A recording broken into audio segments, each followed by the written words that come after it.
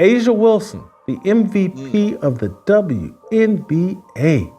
She was caught on tape preaching to, wagging her finger at, telling to Caitlin Clark her, white privilege. And so I think it's really just the fans, her fans, the Iowa fans, now the Indiana fans, disrespectful. I think there's a lot of racism when it comes to it. Did you see what just happened in the WNBA? Caitlin Clark, the rising star from Iowa, is shaking things up like never before. But here's the real shocker. Angel Reese and A'ja Wilson, two of the biggest names in women's basketball, are fuming. Why? Because this white girl from the Midwest is stealing their spotlight. The MVP of the WNBA, the greatest player in women's basketball that nobody cares about. You might be thinking, is this just about basketball, or is there something deeper going on? We're about to dive into the drama that's got everyone talking. What's really behind the established star's reaction to the new kid on the block? Is it jealousy race? Or is Clark just that good? Let's break it down and see why this rookie arrival is causing such a stir in the WNBA. A'ja Wilson has had the most difficult season of her career. She couldn't get the credit she deserved because Caitlin Clark showed up, and this is proof that her life is 10 times as hard as, to get the same credit. She's MVP of the league, I think, for the third time. She's won 2 championships. She's got a statue at the University of South Carolina. Have we not done enough to celebrate A'ja Wilson? Have you contributed to her life being 10 times as hard? You might be thinking Caitlin Clark's just another overhyped rookie. But let me tell you, she's setting the WNBA on fire. This Iowa sensation didn't just step into the league. She exploded onto the scene. And guess what? A'ja Wilson couldn't help but notice. As Clark's star began to rise, Wilson saw the attention shifting, and you could practically feel the tension building. Well, look, I want to be a little sympathetic towards Miss Wilson. After all, for the first time in a long time, people were actually watching her play basketball, so that added stress of the much bigger audience certainly... Now, everyone had sky-high expectations for Clark's WNBA debut, but did she live up to the hype? Oh, you better believe it, in her 2024 SE season. She averaged a jaw-dropping 19.2 points, 5.7 rebounds, and 8.4 assists. That's not just good, that's Rookie of the Year material. Right there, and remember, we're talking about the WNBA, where the competition is fiercer than ever. So sexuality. Caitlin Clark is a white heterosexual woman in a black lesbian league, and they resent and are jealous of all of the attention and the shoe deal that she got. But here's where it gets really interesting. Caitlin Clark isn't just outperforming other rookies, she's giving veteran players a run for their money. Her scoring average is leaving most rookies in the dust, who typically score around 17 to 19 points per game. She's not just playing, she's dominating. And Angel Reese is better than Caitlin Clark, is saying Rodman was better than Michael Jordan, or Ben Wallace was better than Kobe, or even Andre Drummond was better than LeBron. Can we talk about that game-winning three-pointer against the Liberty Clark? Didn't just win the game, she made a statement. Fans went wild. Analysts couldn't stop talking about it. And suddenly, everyone was tuning in to see what Clark would do next. She's having impact on her team that nobody else in the league is having on her team. This is a team that went 13-27 last year. And suddenly, the Indiana Fever are the hottest team by far in the league. But it's not just about the numbers. Clark's got this unique style that's captivating fans and frustrating opponents. One coach said, Caitlin has a way of making the game exciting and relatable, which is crucial for the growth of women's basketball. She's not just playing the game, she's changing it, and others are playing victims. I don't understand this line of thinking. I don't think it, as you said, it doesn't fit the day and age in which we're in. And then the other thing, and I think this is probably the worst thing, it engenders not just a sense of victimhood, but a sense of envy and ingratitude. Because you can never be thankful for where you are, because you're always saying, well, if I was only white, I would be even further. Now, you might be wondering how all this success is affecting the league. Well, let me tell you, it's like nothing we've ever seen before. WNBA viewership is skyrocketing, attendance is up, Clark jerseys are flying off the shelves, social media is buzzing with Clark, highlights. She's not just a player, she's becoming a phenomenon. But here's the kicker. All this attention isn't just benefiting Clark, it's bringing more eyes to the entire league. Even the players who might be feeling a bit jealous are getting more exposure. The rising tide of Clark's popularity is lifting all boats in the WNBA. There should be a hashtag now, Stop Asia Hate. But it's amazing, but this is the problem that a lot of people have with Caitlin Clark fans and supporters. They don't buy into it. And I'm going to mention this again.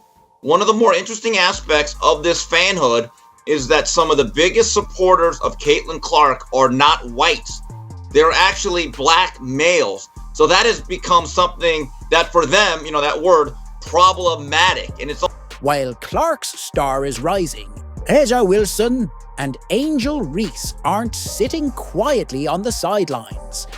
Their recent comments about Clark have fans buzzing. And it's not all positive what's really going on behind the scenes. Angel Reese, really unlikable.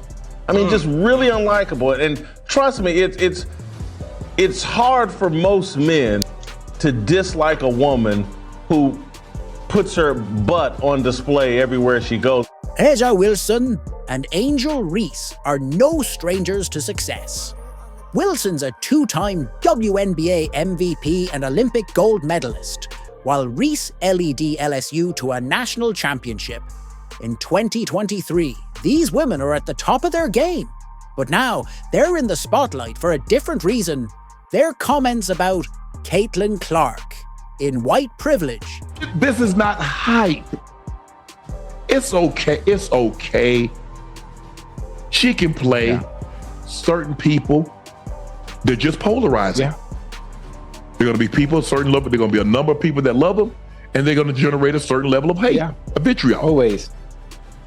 But you look at the jersey sales, you look at the attendance, you look at the eyes that actually watching the game. Everything is up. You'd be foolish to think that there's not a correlation. Yeah. Let's break down what's happening. Wilson had a conversation with Kelsey Plum that got everyone talking. She said, "Paige reminds me a lot of you. She knows how her privilege has guided her to that point." Now, Wilson didn't mention Clark by name, but fans are connecting the dots. They're seeing this as a direct shot at Clark's rising popularity. Actually, let me roll the clip for you. Us as black women, Paige reminds me a lot of you. Like, you say you're not really about me. And she knows how her privilege has gotten her to that point. And also, like, she's good at basketball, obviously. But, like, she understands her privilege and like, pushes her over the top in a sense. It reminds me a lot of you. And I mean, that's a compliment. She knew that Caitlin would listen to this at some point. It must have been a direct message to Caitlin. I probably tend to think it wasn't even on accident. Knew she was being recorded, knew it would get out there. And it was, because I think this was a year ago, and it's gone viral now this week. But to me, it was a message being sent to Caitlin Clark. But it doesn't stop there. Angel Reese is stirring the pot too. She's claiming she's been the target of online harassment, saying multiple occasions, "People have made AI pictures of me, like naked." Reese is pointing the finger at Clark's fan base for this, but here's where it gets complicated. Some fans aren't buying it. They're looking at Reese's own social media presence and crying foul. Sexualized herself. And now, oh, I'm shocked. People are sexualizing me. And somehow she's connecting it to being a Caitlin Clark fan. I just don't see the connection. It's like everything bad that happens to me is somehow connected to Caitlin Clark. That's stupid, it's dishonest. She's just clout chasing. She's using Caitlin Clark. And then she goes, I don't think Caitlin Clark has hatred towards me. Now, you might be wondering how are fans reacting to all this? Well, it's like a social media firestorm out there. Some fans are rallying behind Wilson and Reese saying it's about time. Someone spoke up about privilege in sports. Others, they're not having it. They're accusing Reese of playing the victim and Wilson of being jealous of Clark. Success. What has Caitlin Clark done to you? Nothing. Well, I don't even understand what would motivate that comment. Caitlin Clark hasn't done anything. She goes out and plays basketball. I've never seen her trash talk. I've never seen her taunt Angel Reese. There's nothing there. But she's pretending like there is something there. There's one person who is driving all this, and it's Angel Reese. One fan didn't hold back, saying they think Angel Reese is jealous of Caitlin Clark. Ouch. But it's not just about taking sides. These comments are sparking some serious discussions about race, privilege and responsibility in women's basketball. The tension is building, and it's not just on the court anymore. Fans are starting to demand action. They want the WNBA to step up to address these issues head-on. They're calling for better player protection and fairer promotion. But so far, the league's been pretty quiet. I don't understand this. Many of these people, like Asia, are so used to being able to dispense and force white guilt upon others that when people don't comply, then it becomes something they can't even handle. Really. And so I just find this whole thing interesting about the television ratings and who's supporting and now people are leaving. This has become, Jason, and tell me if you agree or disagree. This NBA playoff ratings dip post Caitlin Clark is the sports version of white flight and gentrification. You hate it when they're here. You don't like their presence. Oh my God, look at what they're doing. They're so awful. Then when they leave, the Caitlin flight, oh my God, what do we do now? As the WNBA remains silent, a storm is brewing behind the scenes. What if I told you that the league's marketing strategy is about to undergo a massive overhaul? The reason why might surprise you.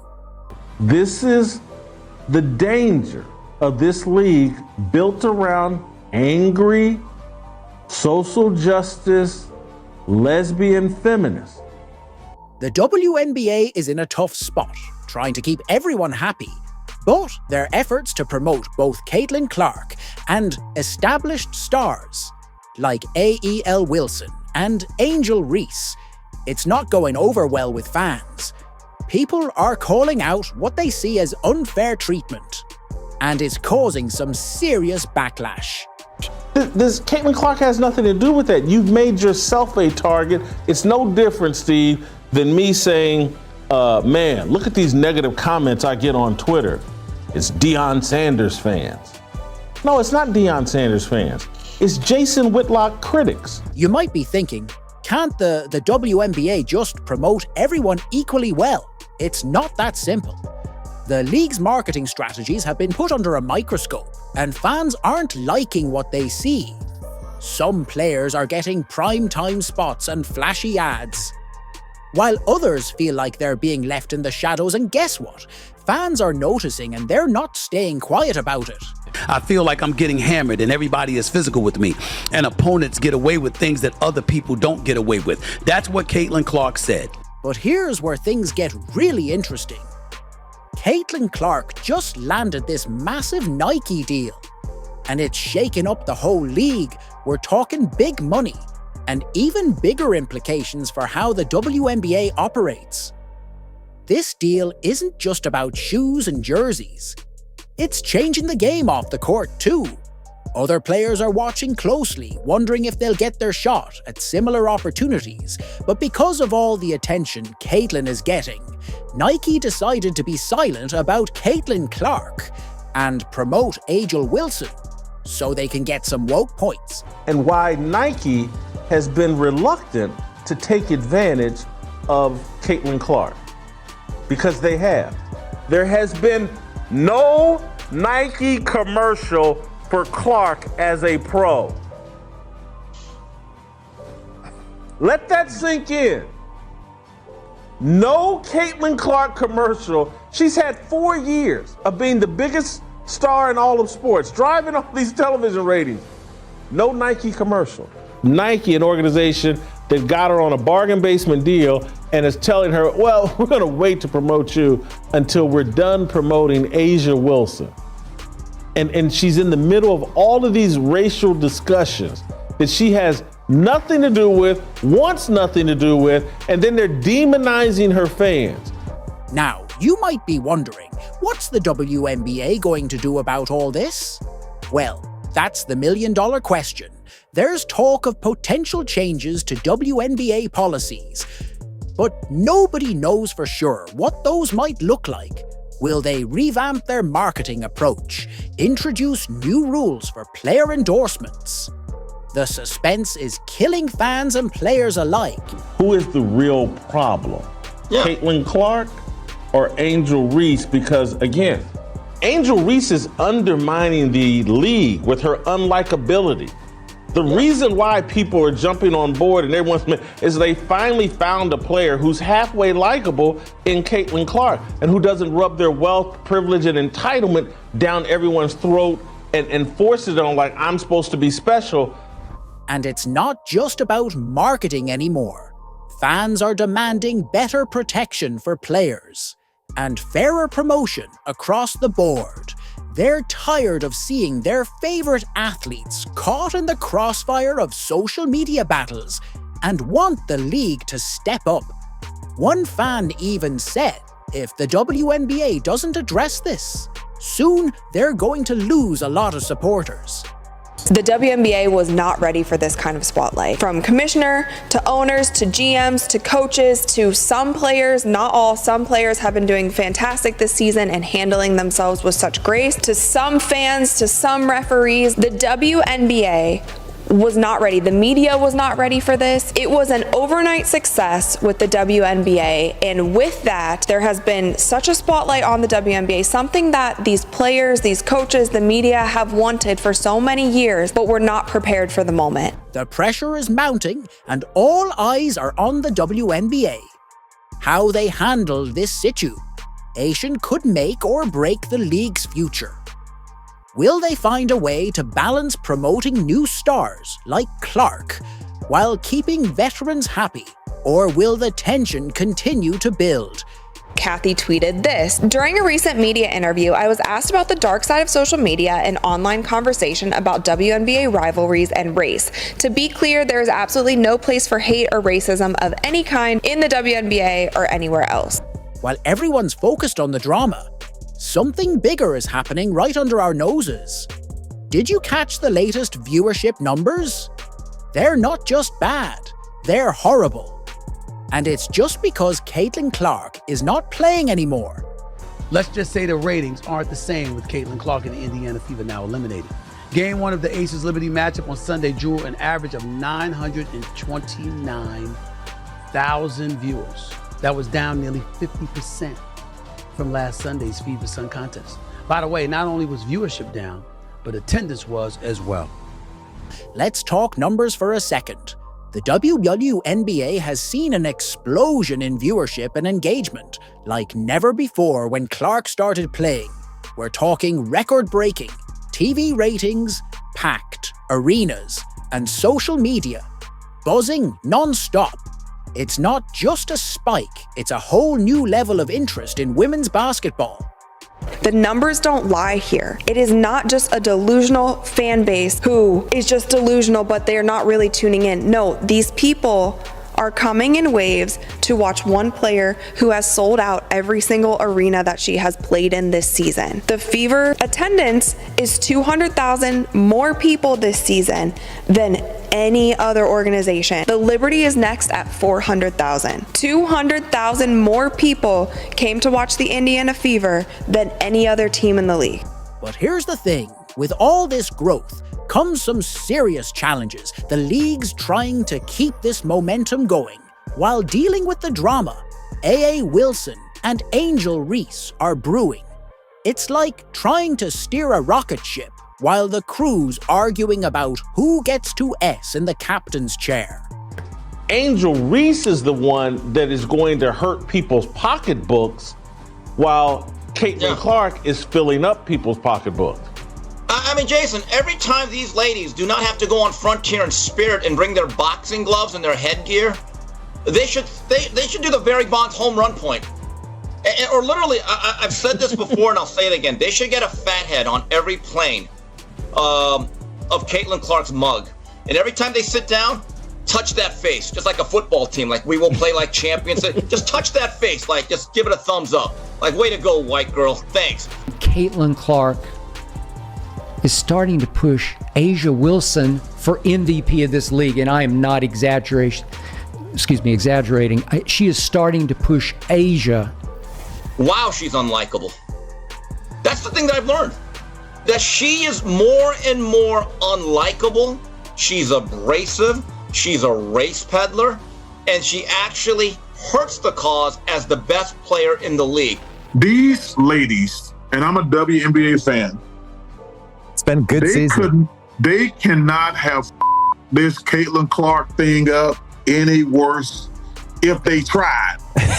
If you got people in a room, if you got a bunch of dudes in a room and says, let's the WNBA, we couldn't have came up a master plan what these women have done. Take a look at this line chart. We can see the dip in 2021 because of COVID, and then this huge spike in 2024. If we look at this chart for the 2024 season, the Indiana Fever are pretty much blowing out every other team. They are averaging almost 16,000 per 39 games. So you say to yourself, damn, what is going on here?